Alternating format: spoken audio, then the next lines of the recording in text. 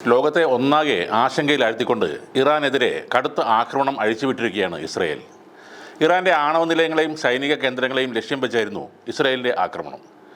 മേഖലയിൽ ഒരു വലിയ സംഘർഷം ഉണ്ടാകാൻ സാധ്യതയുണ്ടെന്ന് അമേരിക്കൻ പ്രസിഡന്റ് ഡൊണാൾഡ് ട്രംപ് മുന്നറിയിപ്പ് നൽകിയതിന് പിന്നാലെയാണ് ഈ ആക്രമണം ഉണ്ടായത്. ഇറാനിയൻ തലസ്ഥാനത്ത് ഇന്ന് രാവിലെ സ്ഫോടനങ്ങൾ കേട്ടതായി സ്റ്റേറ്റ് TV റിപ്പോർട്ട് ചെയ്തു. അതേസമയം ഇറാന്റെ വ്യോമ പ്രതിരോധം 100% പ്രവർത്തനശേഷിയിലാണെന്നും സ്റ്റേറ്റ് TV പറയുന്നു. ആക്രമണത്തിൽ ഇറാനിലെ revolutionary guard commander in chief Hossein Salami കൊല്ലപ്പെട്ടതായാണ് ലഭിക്കുന്ന വിവരം. അതിനിടെ ഇറാന്റെ തിരിച്ചടി മുന്നിൽ കണ്ടുകൊണ്ട് ഇസ്രയേൽ അവിടെ അടിയന്തരാവസ്ഥ പ്രഖ്യാപിച്ചിട്ടുണ്ട്.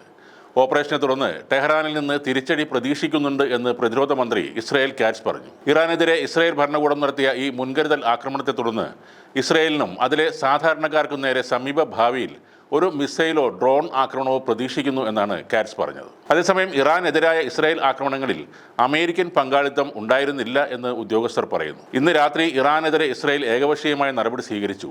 ഇറാനെതിരായ ആക്രമണങ്ങളിൽ ഞങ്ങൾ ഉൾപ്പെട്ടിട്ടില്ല. മേഖലയിലെ അമേരിക്കൻ സേനയെ സംരക്ഷിക്കുക എന്നതാണ് ഞങ്ങളുടെ മുൻഗണന. ഈ നടപടി ഞങ്ങളുടെ സ്വയം പ്രതിരോധത്തിന് ആവശ്യമാണെന്ന് ഇസ്രായേൽ ഞങ്ങളെ അറിയിച്ചിരുന്നു എന്നാണ് US state secretary Marco Rubio പറഞ്ഞത്. റിപ്പോർട്ടുകളനുസരിച്ച് ഇറാൻ തലസ്ഥാനമായ ടെഹ്റാനിൽ നിരവധി സ്ഥലങ്ങളിൽ ഇസ്രായേൽ യുദ്ധവിമാനങ്ങൾ ബോംബാക്രമണങ്ങൾ നടത്തിയെന്നാണ് അറിയുന്നത്. ഇറാനിലെ ആണവ പദ്ധതിയെ ചൊല്ലി ഇരു രാജ്യങ്ങളും തമ്മിൽ സംഘർഷം പൊട്ടിപ്പുറപ്പെട്ടാൽ മേഖലയിലെ അമേരിക്കൻ താവളങ്ങൾ ലക്ഷ്യമിടുമെന്ന് നേരത്തെ ഇറാൻ പ്രതിരോധ മന്ത്രി അമേരിക്കയ്ക്ക് മുന്നറിയിപ്പ് നൽകിയിരുന്നു. ഇറാനിൽ ഒരു യുദ്ധം അടിച്ചേൽപ്പിച്ചാൽ കൂടുതൽ നഷ്ടം ഉണ്ടാകാൻ പോകുന്നത് അമേരിക്കയ്ക്ക് തന്നെയായിരിക്കുമെന്നതിൽ സംശയമില്ല എന്നാണ് മന്ത്രിസഭാ യോഗത്തിനിടെ ബ്രിഗേഡിയർ ജനറൽ അസീസ് നസീർസാദെ മാധ്യമപ്രവർത്തകരോട് പറഞ്ഞത്. ഇസ്രായേൽ ഇപ്പോൾ ആക്രമണം ആരംഭിച്ചിരിക്കുന്നു. ഇറാന്റെ അടുത്ത നീക്കം എന്താകുമെന്നാണ് ലോകം ഉറ്റുനോക്കുന്നത്. ഇറാന് നേരെയുള്ള ഈ ആക്രമണത്തെ റൈസിംഗ് ലയൺ എന്ന പേരിലാണ് ഇസ്രായേൽ വിളിക്കുന്നത്. കൃത്യമായ മുന്നൊരുക്കം കൂടെയായിരുന്നു ഇസ്രായേലിൻ്റെ ആക്രമണം നടന്നത്. സ്ഫോടനം നടന്നതായി ഇറാൻ സർക്കാരിൻ്റെ ഉടമസ്ഥയുള്ള വാർത്താ ഏജൻസികൾ സ്ഥിരീകരിച്ചിട്ടുണ്ട്.